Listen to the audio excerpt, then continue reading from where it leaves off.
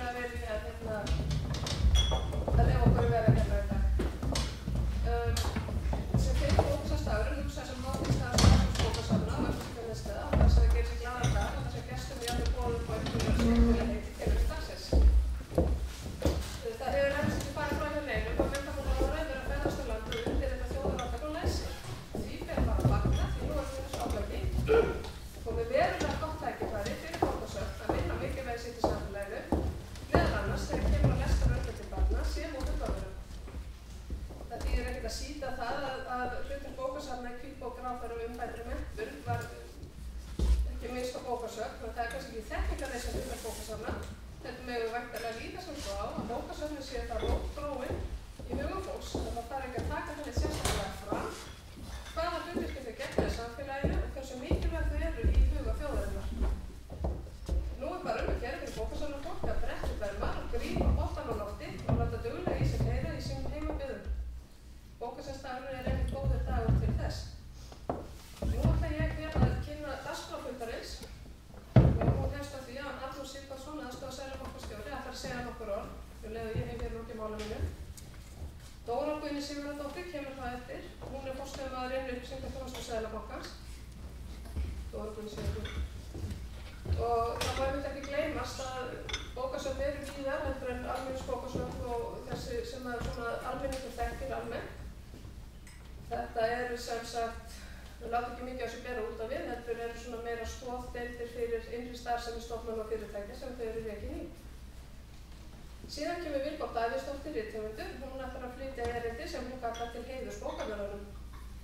Og svo endum við á því að Óskar Þór Frárásson, upplýsingafræðingur, kynnir okkur niðurstöðu á vali bókasafnsins á uppáhalds íslenska kvenrithöfundinum.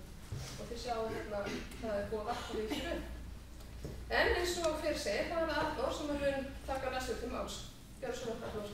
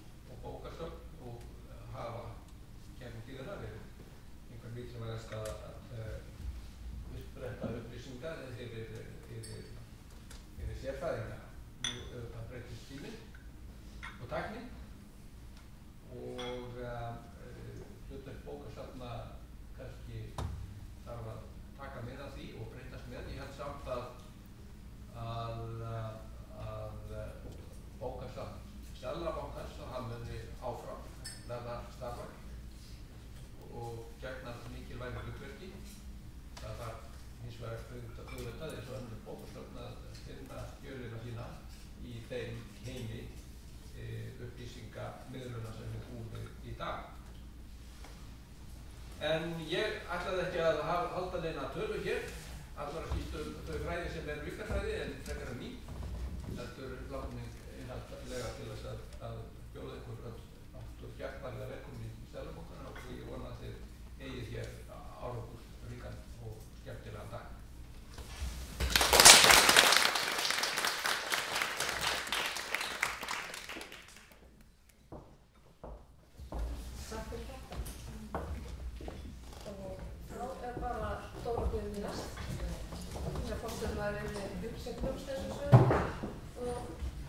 Kynna eftir aðeins safna starfsmönnum. Já, takk fyrir.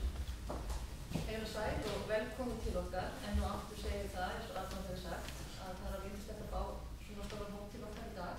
Forréttindi að fá að lýsa þennan hund og ég ætla nú að byrja á því að taka til mig bókasafnsfólkið okkar.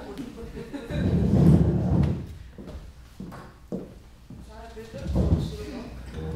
Þær eru upplýsingafræðingar sem starfa á Svefnarbanka. Ég náttúrulega tala ekki svona að fingrum fram eins og Arnar gerir. Hann er þaulagður ræðumaður en ég bara nú að styðjast við þetta.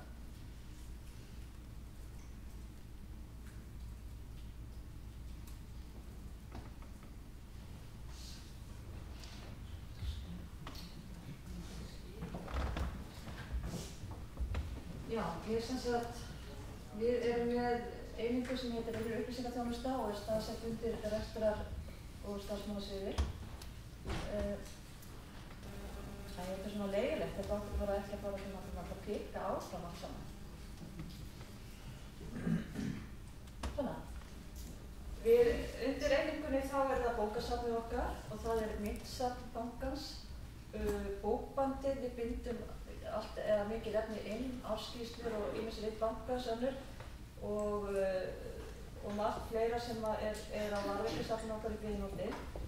Við erum með skjalasafn og skjalastjórn, eða skjalastjórn og gamla skjalasafnið okkar, innri vefinn sem við hefum nýlega líka gert nýjan innri vef fyrir bókasafnið, upplýsingasíður þar og stoðsíður.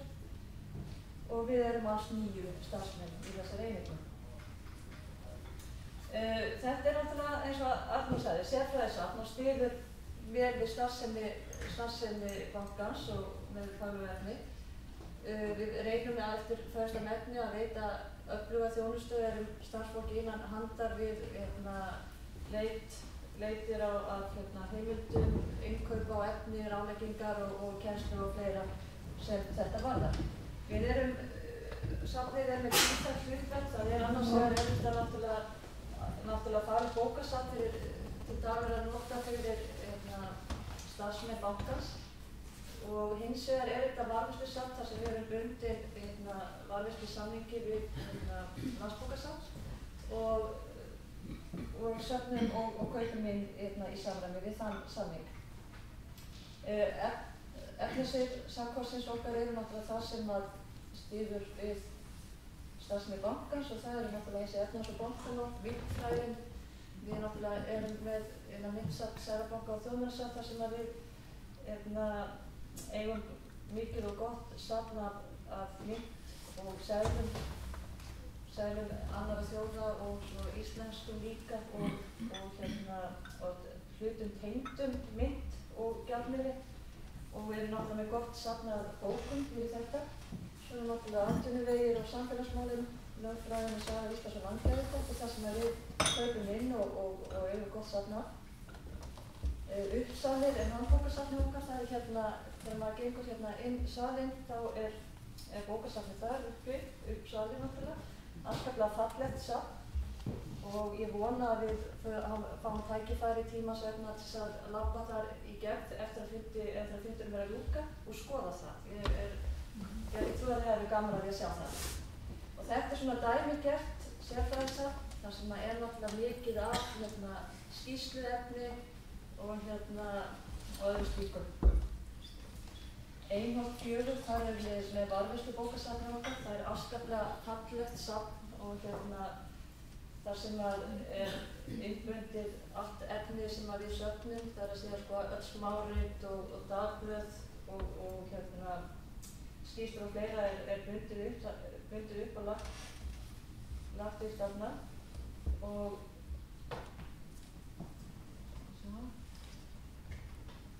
þar erum við líka með bara geymslur fyrir bókakostum okkar sem er ekki í umferð. Bókasafnið veitir náttúrulega alla almenna þjónustu til starfsmanna eins og við tölum áðan. Það er mikill styrkur fyrir þá. Við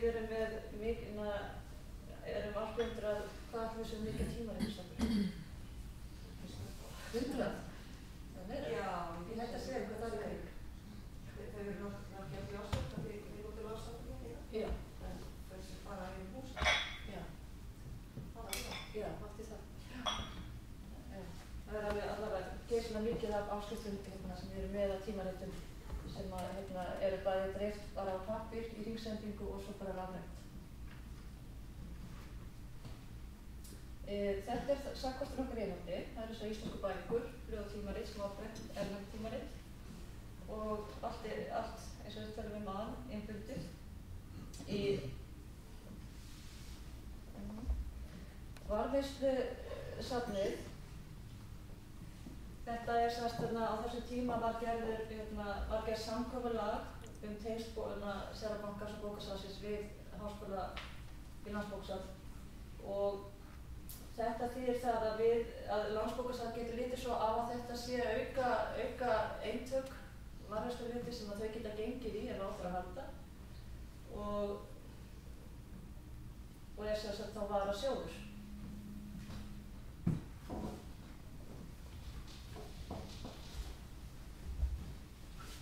Varðveislusafn við erum með kort, blöð, tímarit, smáprent, stjórnmálaflokka, tilskipanasafn, æviminningar. Við vorum líka, það kennir svo ótrúlega nokkrar grasa þar ræði frá hjá okkur að við erum líka að parenta dánar. Já, svona, hvað er þetta? Minningar Og einhverjar, já. Skrá, minningarskrá. Þetta er svona eins og fólk er að skrifa í Morgunblaðið, Já, nema þetta er bara svona eins og litlum bók. já, eitthvað sem var Mjög gamalt, já. eldgamalt. Þannig að það er alveg ótrúlegasta efni sem býst upp hjá okkur sem að hefur bara safnað alveg í massa vísi áratugi. Þannig að það er afskaplega gaman að fara að gera þetta. Ferðabækurnar voru áður hluti af safninu en við afhentum þær 2012. Þá er innkaupin hjá okkur. Það eru starfsmenn safnsins, það er Guðbjörg Sigurðsson sem sá innkaupin í samráði við starfsmenn bankans og eftir ábendingu frá þeim, þau snúa sig bara til þeirra með einu bókakaup. Og við erum með bókbarshóp. Áður fyrr var hann mjög öflugur þegar var verið að kaupa allt bara samkvæmt bókalistum útgefenda. Það var verið sest niður á fundum og farið yfir efnið og ákveðið hvað skyldi kaupa. Nú er þetta orðið svona mun meira breytt með tilkomu rafrænna miðla að starfsfólk fara bara sjálfur yfir og óskrifa sitt keypt. En þegar það eru svona stærri innkaup þá er bókbarshópurinn til ráðgjafa og með ábendingar fyrir innkaup og efni.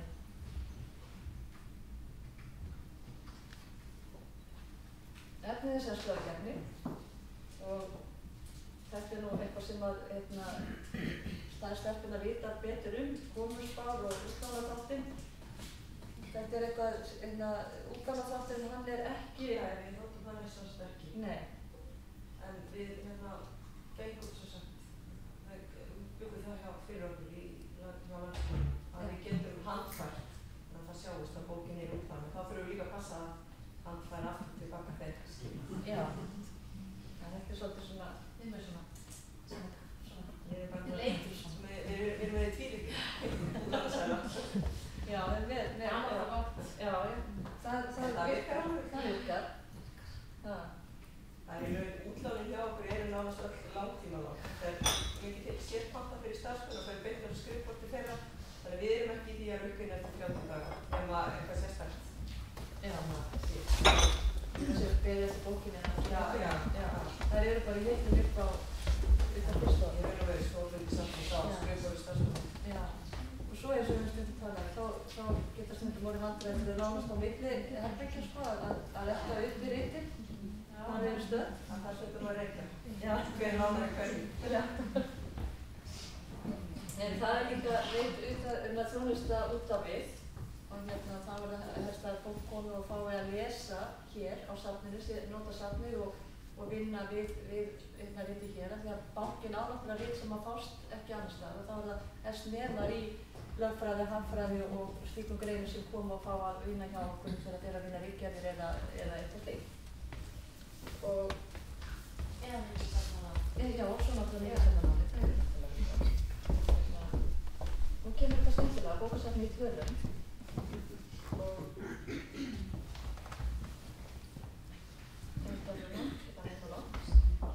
sko, við erum náttúrulega ekki með neitt rosalega mikið af titlu, sko, miðað við afmælisverðinu, þá er þetta náttúrulega bara lítið brot af því sem þau hafa.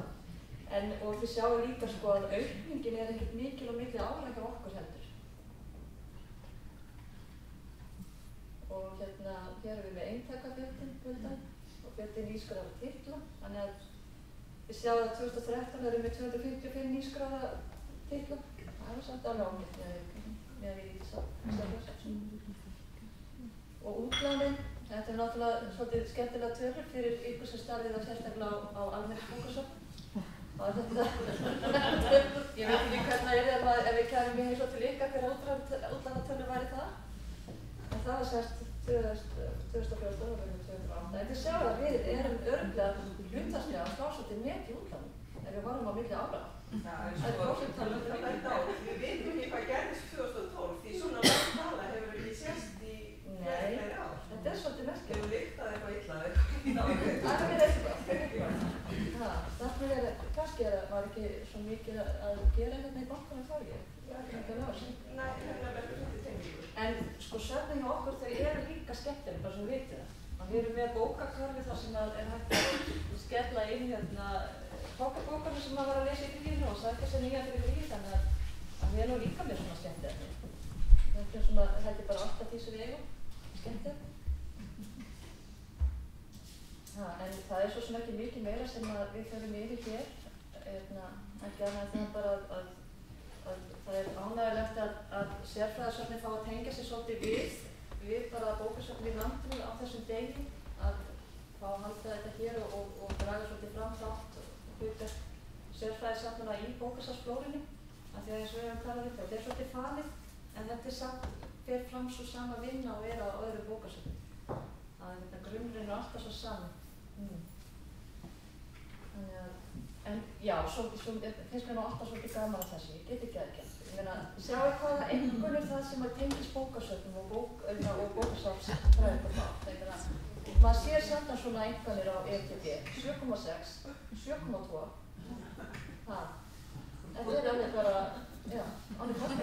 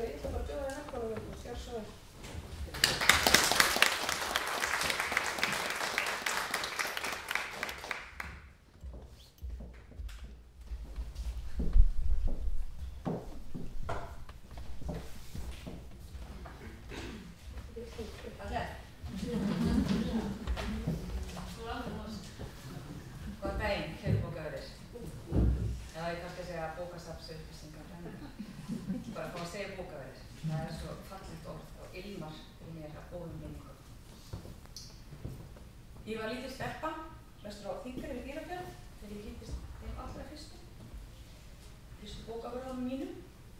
Þau leit mjög út til þeirra. Ekki bara því ég var lítil stelpa og þeir Geiri Marko og Skarphéðinn Njálsson voru fullorðnir kallar á aldri pappa og hávaxnir menn að auki, sérstaklega Geiri.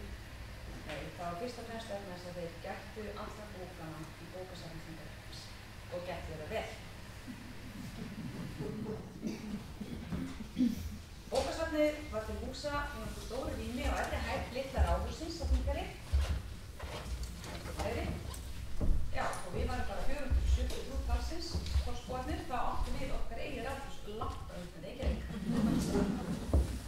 Bókasafnið var opið 2 vikur eftir kvöldmatt, því að þeir félagarnir voru bókaverðir í sjálfbókstað. Og á daginn sótti Geiri Mark sjóinn, hann var grillukall, og Skarphéðinn Njálsson var vélstjóri frystihúss. Hann var batermaður, eins og það hét. Geiri Mark var með ákaflega mikið nef, notaði neftóbak, og snýtti sér með stórum rauðmynstruðum vasaklút. En passaði vandlega að sátra aldrei neftóbaki upp bækur. Það engin mest guðlasti. Og sömulegis ég alveg viss að það að þótt Skarphéðinn væri alltaf svartur undir nöfnunum á olíunni í batervélunum, þá hafi aldrei komið blettur á bóka í mann sendi. Geiri var mikill sósíalisti, eins og pabbi, þeir voru 50% félagsmanna Alþýðubandalagsins á Spáni. Þar auki var hann umboðsmaður bókafélagsins Máls og menningar. Það fól í sér að hverju hausti kom Geiri í heimsókn með kassa af öllum útgáfubókum Máls og menningar það árið og tíndi þær upp og lagði hverju annarri á eldhúsborðið hjá pabba til að skoða og velja úr til kaups. Pabbi var togarasjómaður og þurfti þess að hafa mikið með sér af bókum þegar hann fór til sjós, þegar ekki til að lesa út á sjó, þegar ekki fiskaðist, þegar að bræla á tíminu og svo framvegis. Þetta var eins og þið skiljið fyrir tíma vídeósins. Hann var vitanlega líka félagsmaður í Mál og menningu, eins og allir góðir sósíalistar. Og fékk þess vegna svolítið afslátt á kaupverðinu og sparaði þess vegna stórfé með því að kaupa mjög mikið af bókum sem hann gerði einasta sinn. Það hafði náttúrulega sínar afleiðingar, eins og hér má sjá. Þetta efri svefnherbergi skáparnir í hjónaherberginu. Eftir að pabbi var búinn að láta mig fara í gegnum alla staflana og tíma upp allt sem við gátum fundið þjóðlegan fróðleik og þjóðsögur, enda mér til að fara með heim til Reykjavík. Og það kannski lýsandi fyrir viðhorf pabba fyrir þessa að eitt sinn fyrir nokkrum árum þegar ég kvartaði yfir hækkandi verðlagi á bókum, þá sagði við með hastur, peningar fyrir mér í bók sem ég langaði í, þá þýddi það að ég ætti ekki heldur fyrir mat, þá skildi ég tala hann eins og skott. Safnið hans taldi á 15.000 bækur og þótt hann hafi mokað út bókum til eina ættingja síðasta ári sem hann lifði. Það voru staflaraðirnar í borðstofuskápum sem aldrei hafa geymt sparist eldreiminu þessir skápar fatnað, þrefaldar eins og þessar. Líka eftir að einn bræðra minna smíðaði fyrir fáum árum fyrir hann bókahillur á allan vegginn í herberginu þar sem hann var með bókbandið sitt. En aftur til fortíðar. Það uppfyllti vitanlega ekki lestarþörfina í þessari 8 manna fjölskyldu að kaupa 80% af útgáfubókum Máls og menningar fyrir hver jól og fara með krakkaskrolluna í litlu bókabúðina í plassinu fyrir eftir miðsvetrarpróf, eftir vorpróf, á afmælum og sumardaginn fyrsta. Það dugði náttúrulega ekki. Þess vegna var ákaflega gott að hafa bókasafn Þingeyjarhrepps og geta reitað til þeirra Geiri Mark og Skarphéðins Njálssonar. Þeir félagarnir sátu þar við virðulegt stórt og þungt skrifborð í miðjum salnum með stimplana sína og bakað á spjaldskráin í skúffurekkun. Á spjaldi var skrifað hverjir þau fengið að fara með hvaða bók heim til sín og hversu lengi maður mátti hafa hann í láni og síðan var fært þeim samviskusamlega hvenær henni var skilað.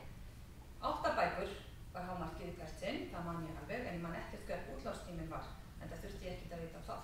Það var frekar ég þurfti að vita hvenær þessi og hinn bókin kæmi eiginlega tilbaka. Barnabókadeildin voru 2 stórir rekkar sem náðu næstum upp í loft og í gegnum þá vann ég mig að mikilli staðfestu. Enid Blyton, alla, eins og hún lagði sig. Ævintýrabækurnar voru skemmtilegastar og þá sérstaklega páfagaukur í Kiki, en filmbækurnar eiginlega sístar. Mér leiddist svo sjálfumgleðin í filmi og að Anna var þessi guðsvolaða róla sem var síðan hræðan við alls lána. Stelpa sem var kjörk og hún vildi helst vera strákur. Hún heit Georgín og vildi þetta kalla sig Georg. Það átti það eiginlega fyrstilla. Við áttum dálítið með Múminál á bókunum, hennar Tove Jansson sjálf, en restina fengum við svo bara á láni á bókasafninu. Sama gilti bækur Astrid Lindgren, það eignaðist í alla smátt og smátt en var yfirleitt búin að fá þær á safninu og lesa þær áður, jafnvel oft, áður en eignaðist þær. Lísa og krakkarnir í Ólandagarði, þau voru uppáldið mitt. Lísa átti nefnilega nokkuð sameiginlegt. Lísa átti 2 eldri bræður, Lassa og Bjössa, sem voru stríðnir og oft erfiðir við hana. Ég átti 4 eldri bræður. Þar var einn sem hét líka Bjössi.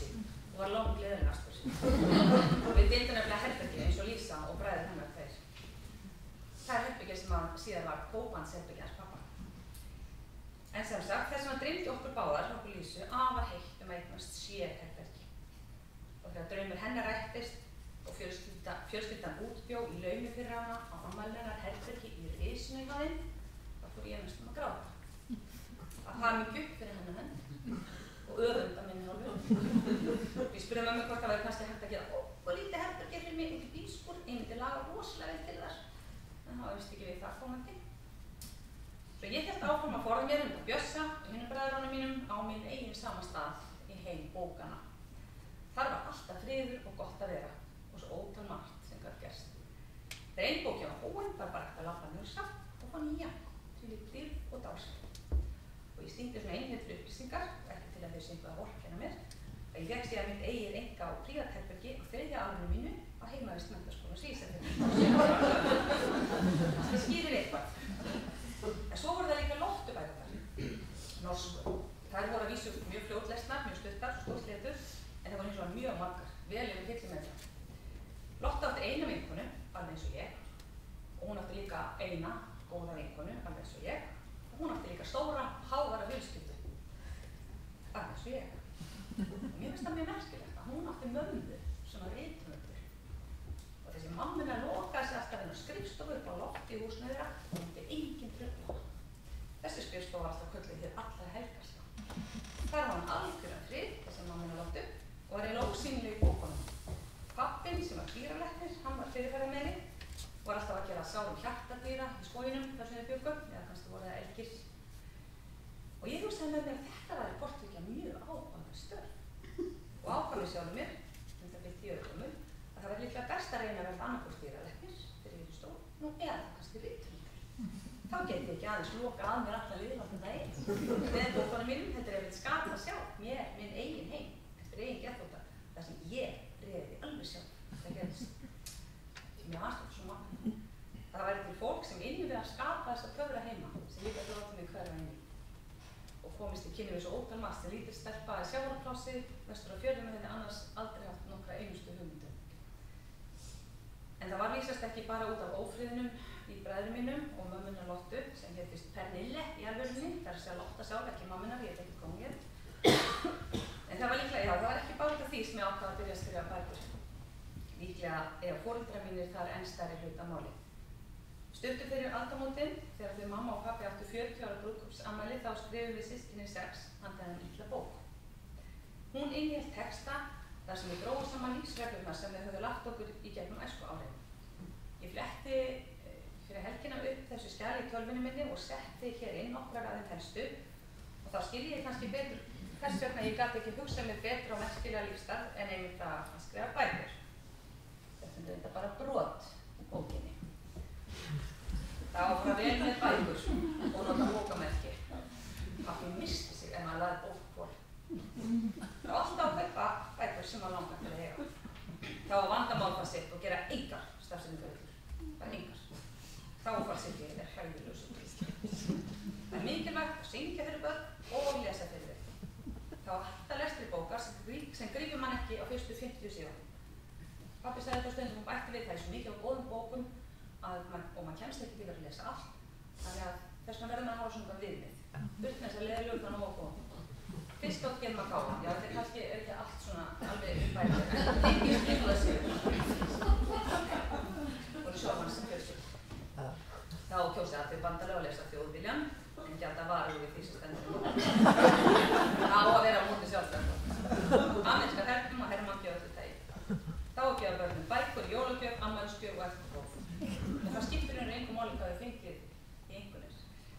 Við fengum alltaf að velja bók. Þá þegja með réttindarskjaðar, þá að sækja menningarviðburði og sína listafólki virðingu. Súrir, ábrístur vel ekki á þetta. Alltaf næri, þetta er líka næri. En það er ekki eftir að eiga of mikið af bókum. Það er gott að læra því menntun tekur enginn frá manni. Það læra börnin sig fyrir þeim er hatt, þau voru alltaf síðlesandi. Þá að setja fremst í skólastofunni sem var heyrið sem besti kennarinn sagði pabbi mig hvers skipti sem að keyrði mér yfir Breiðdalsheiðina til að fara frá Þingeyri yfir í menntaskólann heimavist þannig að skólinn byrjaði. Sem byrjaði eftir afmælinu mínu, PS sem er byrjaðsefnir. Þá að kenna börnum lestur áður en byrja í skóla. Þá að bjóða góðan dag og kissa góða nótt, maður á að vera stoltur af börnunum sínum og afrekum þeirra og svo alltaf að kissast í lest því maður veit ekki hvenær svo dagur rennur upp að við sjáumst ekki eftir. Og þegar þetta held ég hafi verið regla á flestum sjómannsheimilum sem fólk var mjög meðvitað á þessa staði. En ég ætlaðist ekki að standa hér í allan dag og masa bara bókasafn og lestur æskárum, en ég á nefnilega sjálfu Landsbókasafninu mjög mikið að þakka. Áður en ég byrjaði að skrifa mína fyrstu bók fyrir 25 árum, þá 25 ára gömul, þá ákvað ég að hún skyldi gerast á landnámsöldinni. Hún átti að fjalla Ambott sem er dóttir ískrar konu í ánauð og norsk landnámsmanns, höfðingja og bónda á stóru bíli. Það var ekki lítið ráðist hjá stelpu úr sjávarplássi sem hafði aldrei nokkuð tímann verið í sveit. Þekkti allar hvað stiði fram með allt á Sauðkind. Ég vissi sem sagt ekki nokkuð skapaðan hlut sem til þurfti til að hefjast handa, hvorki landnám Íslands, hugarheim heiðinnar, né heldur sjálft sveitalífið. Öll mjög sumur var ég að passa börn og leið og ég var hrennt fór ég að vinna í frystihúsinu í skólafríum. Ég kunni alveg að flaka fisk, snyrsta og pakka 5 lífs af þorski og ýsu, og til verðmæti fyrir þjóðrauðin. En ég hefði aldrei séð landkoma í heimi. Íslendingasögu þekkti ég aðeins af afspurn og hafði afrekað að komast í gegnum Egilssögu í Netto. Ég segi afrekað vegna þess að kennarinn sem kennt hana tókst að gera þessa annars stór skemmtilega bók alveg driflega. Þannig að ég þurfti að fara bókasafnið mjög oft. Ég byrjaði á að fá á láni og lesa Laxdælu. Það hafði meiri áhuga á mig en ég gat grunnað þá. Núna, 25 ár síðar, þá var ég ekki enn búin að jafna mig. Var enn að styðjast við hráefnið sem starfið að finna. En þetta var náttúrulega bara byrjunin. Svo var að kynna sér þjóðhættina, Sjónasar, lesa sér til vikingaskeið og vikingaferðir og finna bókum Heiðinssið, lesa Ólaf Brím, Vittilagna og Snorra Eddu og Eddukvæði. Já, kvæðin átti ég reyndar sjálf fyrir og ég mæli ekki með bókbandinu á skólaútgáfunni hjá Iðnó, sjáu þetta. Það þolir ekki mikið lestur, en ég skal viðurkenna að þetta er svolítið mikið lesibók. Hinar bækurnar fann ég allar á Landsbókasafninu við Hverfisgötu og þar kenndu bókaverðir mér að nota spjaldskrána til að hafa upp á því lesefni sem ég var ánægður og voru ekki síður en þeir Geiri Mark og Skarphéðinn Njálsson viljugar til að hjálpa mér í endalausri heimildareitinni þetta og hitt. Og það voru þessar konur sem sendu mig í mína fyrstu en ekki síðustu ferð að bókasafn Árnastofnunar.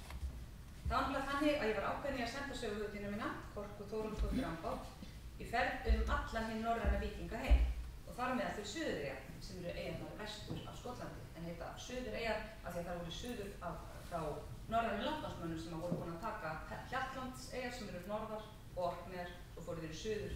Það var náttúrulega naflinn þeirra á þeirna. Maður sér auðvitað heiminn út frá eigin nafla og þá það er suður frá þeim þó þetta sé mjög norðarlega í Bretlandi. En Landsbókasafnið við Hverfisgötu átti sem sagt enga bók Suðureyjar, ekki eina einstu, en vitimenn, millisafnalán, eða reyndar var hún ekki millisafn heldur flettu þær upp og fundu út að bókasafn Árnastofnunar átti eintak af slíkri bók. Og það var bara allir innanhúsláns. Þannig að ég var send þangað, ég mátti fara upp í Árnagarð, fá að lesa þar, við skrifar, eins og hver annar alvöru fræðimaður við alvarleg og merkileg fræðastörf. Og ég man svo vel hvað ég var upp með mér að sitja þarna safninu rétt í fáeina metra fjarlægð frá hverfiðingunni sem geymdi sjálfhandrit og lesa innan alla þessa rosknu jakkafattaklæddu og virðulegu fróðleikskarla sem hefði hugsað svo margt merkilegt að það bókstaflega snjóaði ofan á höfðum þeirra.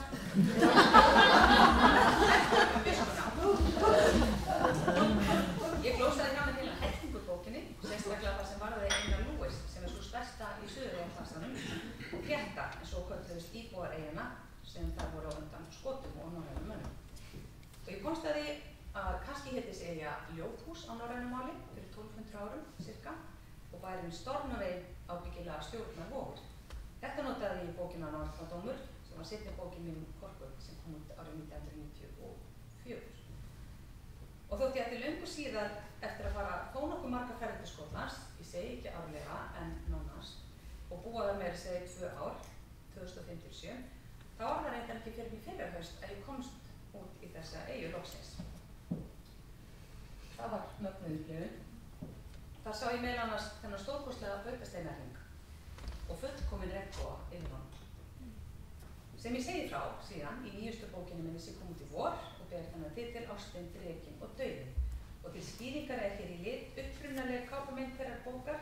Þau sjá hérna sem er svartbitt á kápunni. Við vorum hræddum að fólk held að þetta væri kannski barnabók sem fengi að vera svona litrík og ég neyddist að forna regnboganum til að forða þeim misskilningi. En En sem sagt, þessi bók er vegferð mína og mannsins míns hittelska með drepanum eins og við köllum heilakrabbameinið sem að dró hann til dauða 9. febrúar 2013. Og hún er líka fyrsta árið mitt sem ekkja.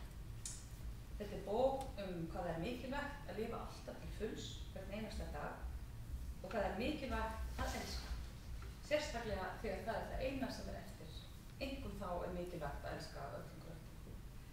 Bókin er líka það hvað það er mikilvægt að sættast við að dauðinn er órjúfanlegur hluti af lífinu og að skilja að síðasti kaflinn í lífsbókinni er alveg jafn mikilvægur og svo fyrsti og allir hinir sem koma á milli. Dauðinn býður okkur allra eins og Kaffi sagði, hann lést í fyrrasumar og við þurfum ekki að vera svona hrædd við að horfast í augu það. En bannhelgin sem hvílir á umræðinu dauðann, að mínum að því það rænir hún okkur hreinlega tækifærin til að komast í þroska.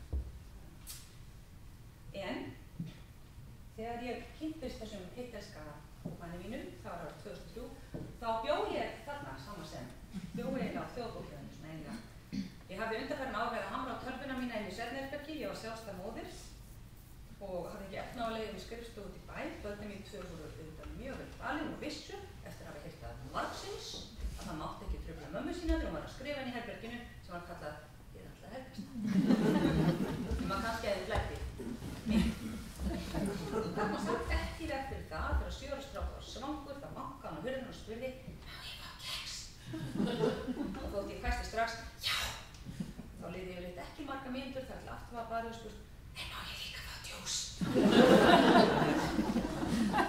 Ég var að skrifa bók þegar maður tek titilinn Hrafninn og gerist á Grænlandi á miðöldum. Aðalsögupersónan þar er Inúítakona og það snýr sig þetta ekkert Grænland á miðöldum en ég heldur Inúíta.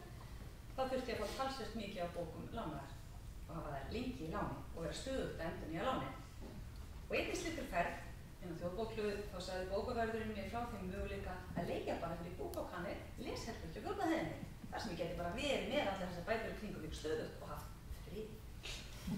Og það var yndislegur tími þessi 2 ár sem ég átti heima á Þjóðarbókhlöðunni og þótt sumir nágrannar mínir kvörtuðu undan því að það var ekki hægt að opna glugga í lesklefanum þá var mér alveg slétt saman það. Þar sem tölva og vinnuflug koma saman, það ríkir fegurðin eilífð.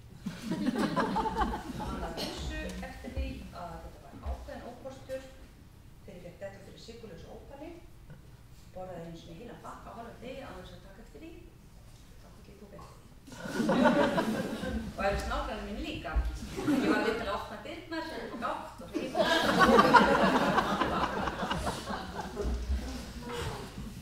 Bækur og bókasöfn. Ég get auðvitað ekki sleppt þessu tækifæri til að koma því hér að í fyrri bókinni minni Auðundurbóku þá er bók í aðalhlutverki. Þessi hér, bókin frá Kels. Rituð fyrir sirka 1200 árum af munkum í klaustri á heila Skólumba, einni helgu af vesturströnd Skotlands. Bókaverðir fyrir 1200 árum aftur í það.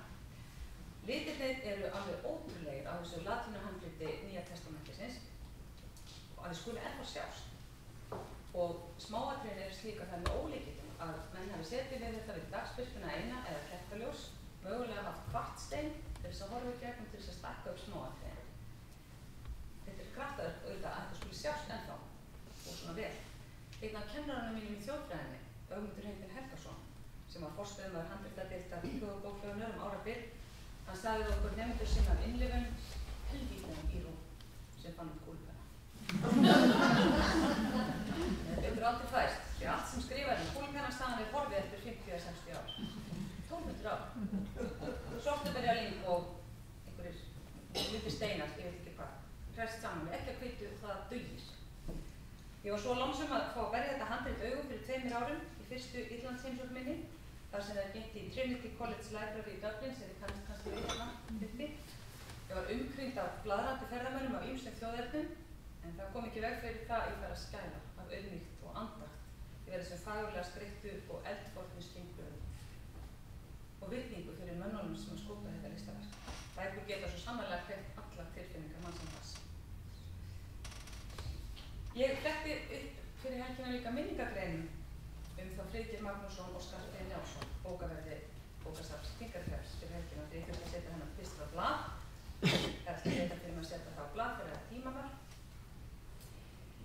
Og það nokkur ár frá ég sá að þau störfuðu við bókasafnið í 55 ár. Skarphéðinn lét af störfum þegar sá rammi sjúkdómur Alzheimer reyndi hann starfsgetunni og endaði sjálfum sér. Geirrisafnið sé á vaktina á safninu til æviloka, 77 ára gamall, féll af sumarkvöldi á milli trillunar sinnar og bryggjunar á Þingeyri og drukknaði. Í minningu þessara mætu manna lík í málinu og óska bókavörður landsins til hamingju með daginn.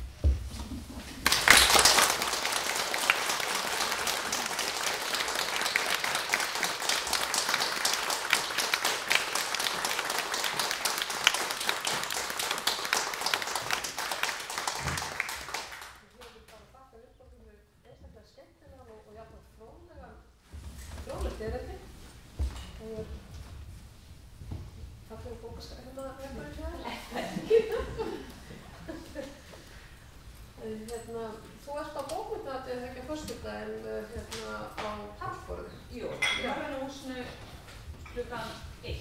Klukkan 1, já. Þannig ef einhver er áhuga að fara og hlusta á hana og félaga þá er það alveg tilvalið. Yfirskriftin á Hallborðinu er íslenskar bókmenntir sem innblástur. Já, það er einmitt mjög áhugavert viðfangsefni. En næst er hann Óskar. Hann ætlar að koma hér og vera hérna í lokin og koma niðurstöður á vali og starfsmannabókasafna og uppáhalds íslenska kvennatónlistinum. Þú kannski styrkja hérna.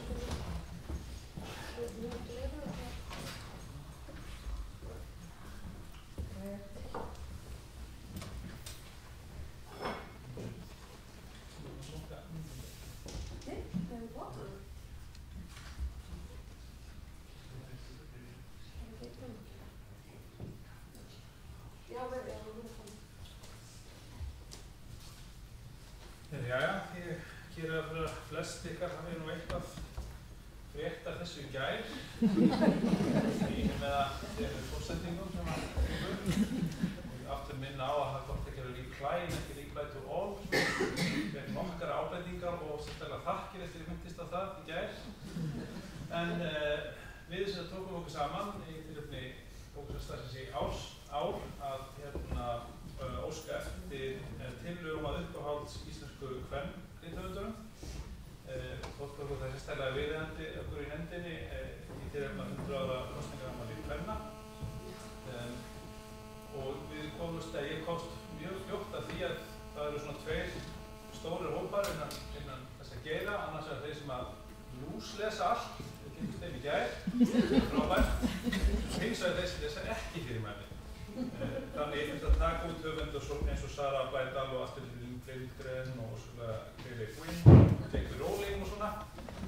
En eftir stóðu alveg fjölmargir frábæri rithöfundar og þetta var í heildina 700 atkvæði, 700 tillögur sem komu og þegar þetta var tekið saman þá var þetta 88 íslenskir rithöfundar. Hugsið ykkur hvað við eigum gífurlega mikið af góðum rithöfundum og af öllum tegundum. En það tók fljótt í ljós að þegar ég fór að skoða tölurnar að það voru þarna sérstaklega tveir rithöfundar sem stóðu alveg upp úr, sem voru Guðrún Helgadóttir og Kristín María Baldursdóttir fljótt á eftir. En eftir það komu rauninni svona 20 rithöfundar sem voru með mjög svipaðar mörg atkvæði og ég einmitt okkar ágæti fyrirlesari ein af þeim. Þannig að það er eftir að sjá þetta hlutfallina sem plakati eru ekki nákvæm.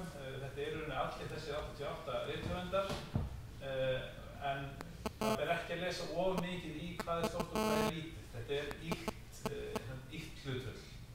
Það eru kannski hvert á bak og hvert nafn liggir eitt til upp í kannski ég man ekki hvað mest var, 80 atkvæði eitthvað svoleiðis. Þannig að þetta ber fyrst og fremst að skoða með hvað segir maður, gleði og til að minna okkur á hvað við eigum allt eftir. Ég hef eftir að lesa allt of mikið af bókum fyrir að tilhæða þessum lista sjálfur. Og maður hefði reynt, ég meira að segja byrjaði, ég fór að lesa Dagalíf.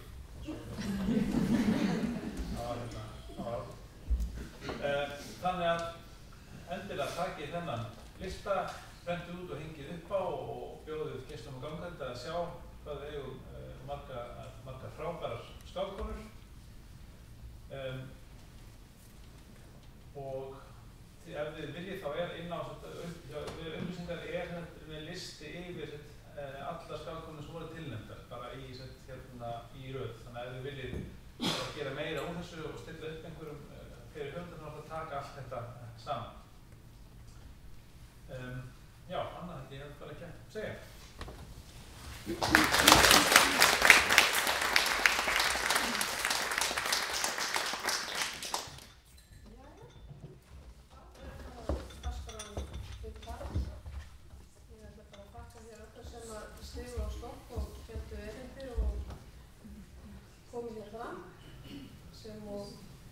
Starfsfólki safnsins hérna í Seðlabankanum, sérstaklega fyrir aðstofuna við að halda þetta morgunbann. Ég vil endilega að þið notið tækifærum og kíkið inn til þeirra hérna í Seðlabankanum og skoða og gangi hérna, þannig að myndinu var mjög lokkandi af safninu hérna. Þannig að ég bara ósökum velfarnaðar inn í dag og vonandi eigið góðan og skemmtilegan dag með eitthvað fólki. Það var góða stund.